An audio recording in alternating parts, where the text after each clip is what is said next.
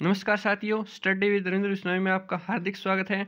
आपने यदि चैनल को सब्सक्राइब नहीं किया तो सब्सक्राइब कर लें और यदि आपने शेयर नहीं किया अभी तक तो अपने दोस्तों के साथ शेयर कर दें। आज की जो अपडेट है ये इलेक्शन कमीशन की ओर से। इलेक्शन कमीशन ने भारत में 5 राज्यों में चुनाव डिक्लेयर करती हैं, तो उनके बारे में देखते हैं क्या क्या महत्वपूर्ण तिथियाँ हैं। तो कौन कौन से राज्य हैं, सबसे पहले हमें ये पता होना चाहिए। उत्तर प्रदेश, पंजाब, उत्तराखंड, गोवा और मणिपुर के विधानसभा चुनाव का 8 जनवरी 2022 को औपचारिक घोषणा हो गया। इस ऐलान के साथ 5 राज्यों में चुनाव आचार संहिता लागू हो गई। देश में जहां कोरोना के मामले तेजी से बढ़ रहे हैं, ऐसे में बड़े राज्यों में चुनाव कराना चुनौतीपूर्ण है। तो इन राज्यों में कोरोना के बावजूद भी चुनाव अपने तय समय सीमा पर होंगे। तो इन राज्यों में जो सीट्स हैं वह हमारे लिए इम्पोर्टेंट है, क्योंकि करंट अफेयर्स में ये क्वेश्चन भी आ सकते हैं कि जो हाल ही में जिस राज्य में चुनाव हुआ उसकी सीट का आपको पता होना चाहिए। तो सबसे पहले उत्तर प्रदेश। उत्तर प्रदेश में कितनी सीटें? 403। तो मुख्यमंत्री बनने के लिए कितनी सीटें आवश्यक होती है? हाफ से एक ज़्यादा, मतलब 403 का आधा 202 माने आप, कि मुख्यमंत्री जो भी बनेगा उसके पास कम से कम 202 सीटें होनी चाहिए। उसी तरह पंजाब में 117 सीटें हैं कुल। पंजाब में मुख्यमंत्री बनने के लिए 59 सीटें होनी जरूरी हैं। तो इसका आप आधे से एक ज़्यादा को याद रख सकते हैं। उसी प्रकार उत्तराखंड में 70 सीटें हैं, मणिपुर में 60 सीटें हैं और गोवा में 40 सीटें हैं। ये आप विशेष तौर से सीटों का जो डिस्ट्रीब्यूशन है वो याद रखिए। उत्तर प्रदेश में 403, पंजाब में 117, उत्तराखंड में 70, मणिपुर में 60 और गोवा में 40। ये इनकी सीटें हैं। आगे देखिए चुनाव कब कब होगा।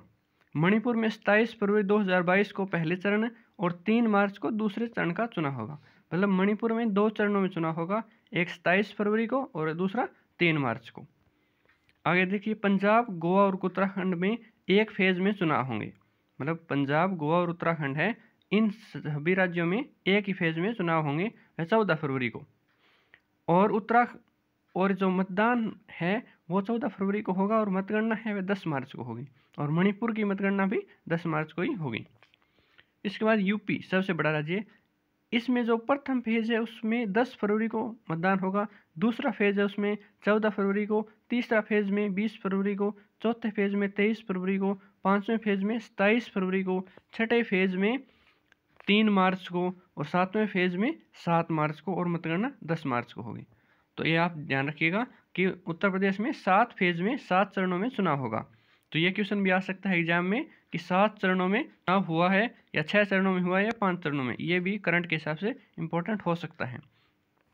तो इसमें आप देखिए कि मणिपुर में 2 चरणों में होगा, पंजाब, गोवा और उत्तराखंड में 1 चरण में 14 फरवरी को होगा और यूपी में 7 चरणों में होगा और सभी की मतगणना है वह 10 मार्च को घोषित की जाएगी।